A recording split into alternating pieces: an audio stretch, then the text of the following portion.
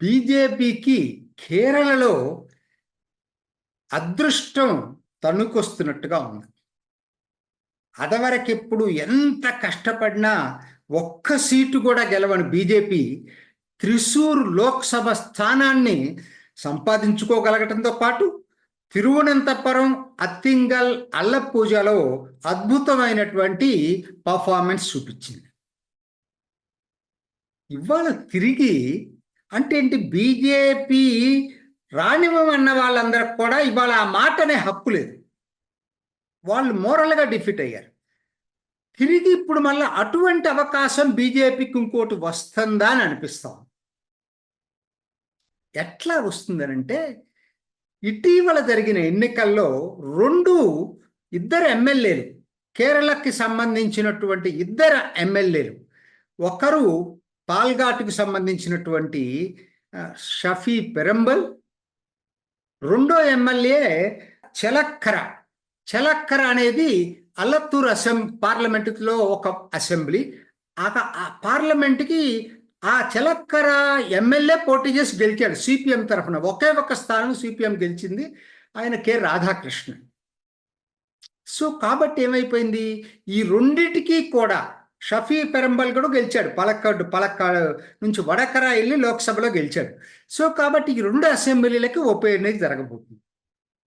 Of course రెండిట్లో చెలక్కర చూసుకుంటే అదవరకట కన్నా బీజేపీ పర్ఫార్మెన్స్ పెరిగింది. దాదాపు 20% ఓట్లు పోలేని, కానీ నేను అనుకోవటం గెలిచే అవకాశం ఉన్నది. సిపిఎంకి బాగా బలమైనటువంటి స్థానం అది. అక్కడ ఇవాళ కాంగ్రెస్ కూడా మొన్న ఓట్ల పర్సంటేజ్ బాగా పెరిగింది, సిపిఎంకి తగ్గింది. గెలిచినా కూడా ఆ అసెంబ్లీ వరకు తగ్గింది. సరే, వాళ్ళిద్దరి మధ్య పోటీ ప్రధానంగా ఉండే అవకాశం ఉంది సిపిఎం కన్నా కూడా. పాలక్కాడ్ అసెంబ్లీ, ఇది చరిత్ర ఛానల్ నుంచి ఉంది. పాలక్కాడ్ అంటే ఎక్కడో ఉండదు, కోయంబత్తూరు నుంచి మనం కేరళకి ఎంటర్ కావాలంటే ఆ సరిహద్దులో ఉండే ప్రాంతమే పాలక్కాడ్. ఒకనాడు పాల్ఘాట్ అనేవాళ్ళం, ఇప్పుడు పాలక్కాడ్ అంటున్నారు కేరళ మలయాళీ భాషలో. సో కాబట్టి ఈ పాలక్కాడు ఉప ఎన్నిక జరగబోతుంది.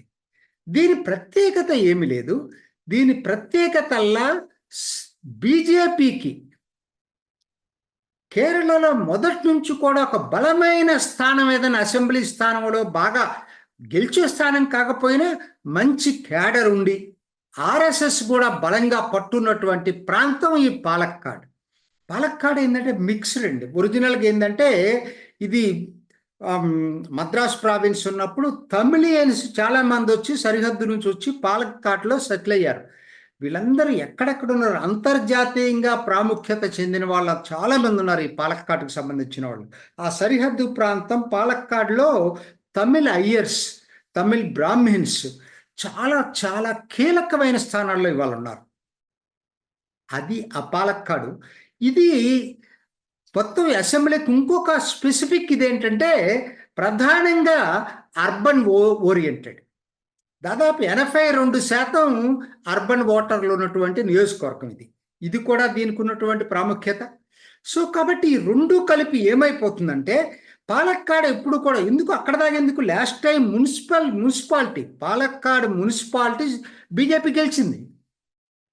అంతటి ప్రాముఖ్యత బీజేపీకి. ఇది క్యాడర్ ఉంది, మాస్ బేస్ ఉంది, తర్వాత చారిత్రకంగా కూడా దానికి పట్టుంది. సో అటువంటి పాలక్కాడుకు ఉప ఎన్నిక జరుగుతుంది. పోయినసారి ఎన్నికల్లో కూడా ఎంతో లేదండి, పెద్ద తేడానే లేదు. ఇద్దరికి కేవలం 3859 ఓట్ల తేడాతోటే ఈ షఫీ పెరంబల్ బీజేపీ మీద గెలిచాడు. సో ఇది అంటే అర్థం ఏంటంటే బీజేపీకి అవకాశాలు ఉన్నటువంటి ప్రాంతం ఇది పాలక్కాడు. దానికి ఉప ఎన్నిక జరగబోతుంది. దీన్ని ఒక్కసారి ముందుగా అసలు దీని డెమోగ్రాఫిక్స్ చూసేటట్టయితే ముస్లిమ్స్ దాదాపుగా 25 నుంచి 28% ఉన్నారు. 25 నుంచి 28% దాకా ఉంటారు. వీళ్ళు ఒకనాడు రెండు వైపులా చీలేవాళ్ళు, ఇప్పుడైతే మారిపోయింది పరిస్థితి అంతా కూడా. మొన్న 2024 ఎన్నికల ప్రత్యేకం ఏంటంటే ముస్లిమ్స్ అందరూ గుంపగుత్తగా UDF-5కి వచ్చారు. ముస్లిం లీగ్ ఉంటే ముస్లిం లీగ్ కోటేస్తారు, లేదంటే కాంగ్రెస్ కోటేస్తారు. సో కాబట్టి ఇక్కడ కాంగ్రెస్కి ఒక 28% ఓట్లు ఆటోమేటిక్గా వస్తాయి, చీలికే లేదు దాంట్లో. అది ఒక వాళ్ళకి స్ట్రాంగ్, అది స్ట్రాంగ్ బేస్.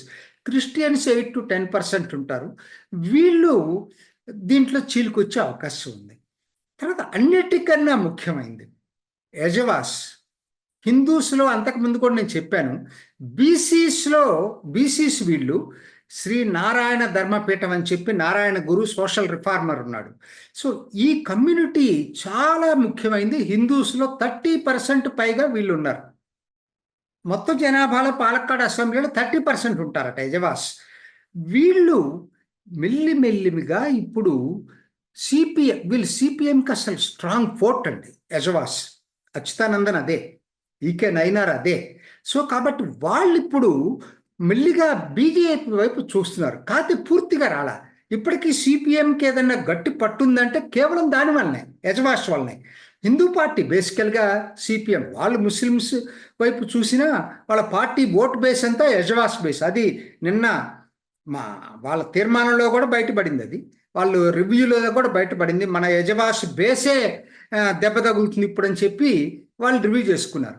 సో అటువంటి యజవాస్ 30% ఉన్నారు ఈ అసెంబ్లీ స్థానంలో. సో కాబట్టి వాళ్ళు ఇటువైపు మొగ్గుతారు. దాన్ని బట్టి ఆధారపడింది మొత్తం కూడా. ఎస్సీస్ ఒక 11% ఉంటారు. నాయర్స్ కూడా కన్సిడరబుల్గా ఉన్నారు. తమిళ్ బ్రాహ్మిన్స్ ఉన్నారు. పర్సంటేజ్ నాకు ఐడియా లేదు, కానీ తమిళ్ బ్రాహ్మిన్స్ కూడా గణనీయంగా ఉన్నారు. Influential section. ఇది దాని డెమోగ్రఫీ చూస్తే.